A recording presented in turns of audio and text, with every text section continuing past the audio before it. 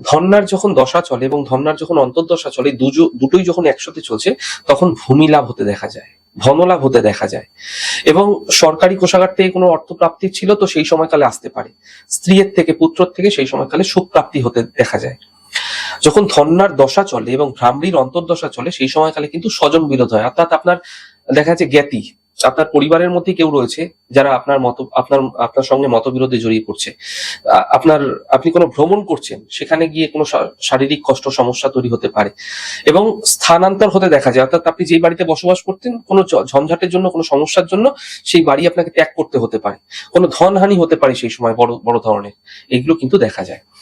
ধন্যার যখন দশা চলে এবং ভদ্রিকার যখন অন্তর্দশা চলে সেই সময়কালে ভাগ্য বৃদ্ধি হতে দেখা যায়, ভূমি লাভ হতে দেখা যায়। সাধারণত কি হয় এই সময়, যদি মঙ্গলের কোনো শুভ গোচর থাকে না, তাহলে নিশ্চিতভাবে ভূমি লাভ হয়ে থাকে, যানবাহনাদি লাভ এমনটিও কিন্তু দেখা যায়, গৃহ সুখ, মিত্র সুখ অর্থাৎ বন্ধু দ্বারা সুখ, এগুলো কিন্তু মিলে থাকে।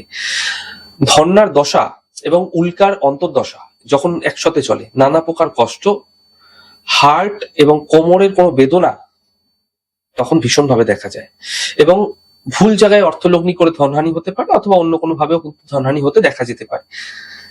ধন্যার যখন দশা চলে এবং সিদ্ধার অন্তর্দশা চলে তখন পুত্র সুখ পেতে দেখা যায়, পুত্রের দ্বারা কোনো প্রাপ্তি, পুত্রের দ্বারা কোনো সুখ, এবং সেই সময়কালে নানা বন্ধুর সমাগমও কিন্তু দেখা যায়। ধন্যার যখন দশা চলে এবং সংকটার যখন অন্তর্দশা চলে সেই সময়কালে বন্ধন তৈরি হয়। হয়তো দেখা যাচ্ছে আপনার কাছে সব আছে, অর্থ আছে, আপনার সম্পত্তি সব আছে, কিন্তু আপনি জীবনে কোনো কিছু করতে পারছেন না, আপনি একটা ঘরের মধ্যে বন্দী হয়ে রয়েছেন, অর্থাৎ আপনাকে কেউ পাত্তাই দিচ্ছে না, বন্ধনযোগ তৈরি হতে পারে। কর্ম উপলক্ষে মান সম্মান এবং উৎসাহ নষ্ট হওয়ার যোগ তৈরি হতে দেখা যায় এই সময়কালে।